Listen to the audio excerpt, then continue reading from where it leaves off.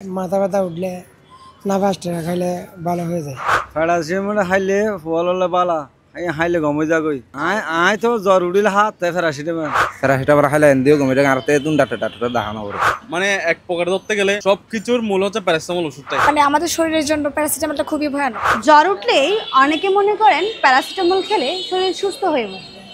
মাথা ব্যথা প্যারাসিটামল, শরীর ব্যথা তাও প্যারাসিটামল, এমনকি কখনো কখনো না জেনেও খেয়ে ফেলেন ওষুধটি। চলুন জেনে আসি কে কখন কোন সময় প্যারাসিটামল খান। বিশেষ করে যদি ডাক্তারের কাছে যেতে না পারলে এমার্জেন্সি যেটা প্রাথমিক চিকিৎসা বলে তখন আর কি মাথা ব্যথা উঠলে নাভাস টেরা খাইলে ভালো হয়ে যায়। আর মাথা ব্যথা করে ঠান্ডি লাগে প্যারাসিটামল খাইলে গমিরা গই প্যারাসিটামল খাইলে এনদিও গমিরা আর তেতুন ডাক্তার দেখানো করে। সকল ওষুধ হইলে প্যারাসিটামল খাইলে ফুয়াল বালা খাইলে গম হয়ে যাগই তোমার না খাইয়ের কি করো দিন প্যারাসিটামল খাইও না ব্যাস ব্যাস করিয়ে ঠান্ডা পানি ব্যবহার না করিও গরম পানি ব্যবহার করিও আই তো জ্বর উঠিলে হাত তাই প্যারাসিটামল ঠান্ডা লাগিলে দুপুরে খাবাই বিকালে খাবাই সকালে খাবাই। জ্বর উঠলে ঠান্ডা কাশি হলে আর হাত পা ব্যথা করলে মাথা ব্যথা করলে প্যারাসিটামল খেলে ভালো লাগে। আমার মাথা ব্যথা জ্বর সর্দি কাশি হলে আমি প্যারাসিটামলটা খাই। প্যারাসিটামল খেলে আমার ওই ওষুধটা ভালো হয়ে যায়। মাথা ব্যথা সর্দি কাশি হাত পা ব্যথা এগুলো আমার ভালো হয়ে যেতে পারে। প্যারাসিটামল হচ্ছে এক প্রকারের মানে সব ক্ষেত্রে ইউজ করে প্যারাসিটামল ওষুধটা।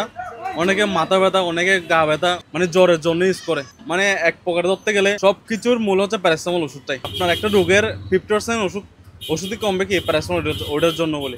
আমি নর্মালি প্যারাসিটামল একদমই স্কিপ করি। আমি ন্যাচারাল হিলিংয়ে খুব বেশি ইম্পর্টেন্স দিই। মাঝে মাঝে যখন আমার স্লিপিংটা ঠিক মতো হয় না তখন আমি মাইগ্রেনের যখন পেন হয় তখন ডাক্তার আমাকে সাজেস্ট করেছে একটা প্যারাসিটামল খেতে, বাট এটাও আমি স্কিপ করার ট্রাই করি, মানে ঘুমানোর ট্রাই করি। কিডনি ড্যামেজ পর্যন্ত হতে পারে, মানে এটা খুবই ক্ষতিকর। মানে আমাদের শরীরের জন্য প্যারাসিটামলটা খুবই ভয়ানক। এবং আমাদের নর্মালি অনেক মানুষই দেখা যায় যে কোনো সময় একটু মাথা ব্যথা বা যে কোনো প্রবলেম একটু হয়েছে, শারীরিক কোনো প্রবলেম, একটু কোথাও ব্যথা পেয়েছে তাও প্যারাসিটামল নিচ্ছে, এরকমটা হয়।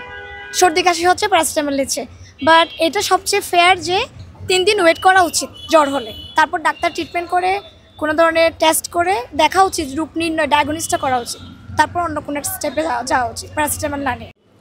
তবে চিকিৎসকরা বলছেন বারবার কিংবা প্রয়োজনের বাইরে প্যারাসিটামল সেবন শরীরের জন্য হতে পারে বড় ধরনের ঝুঁকি।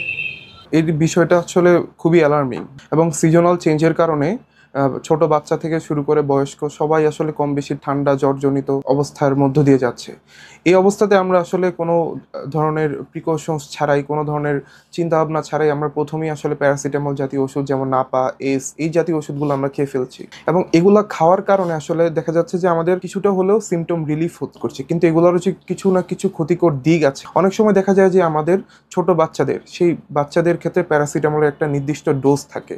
বাচ্চাদের বয়স এবং ওজন সেই অনুসারে একটা নির্দিষ্ট ডোজ মেনটেন করে প্যারাসিটামলগুলো খেতে হয়।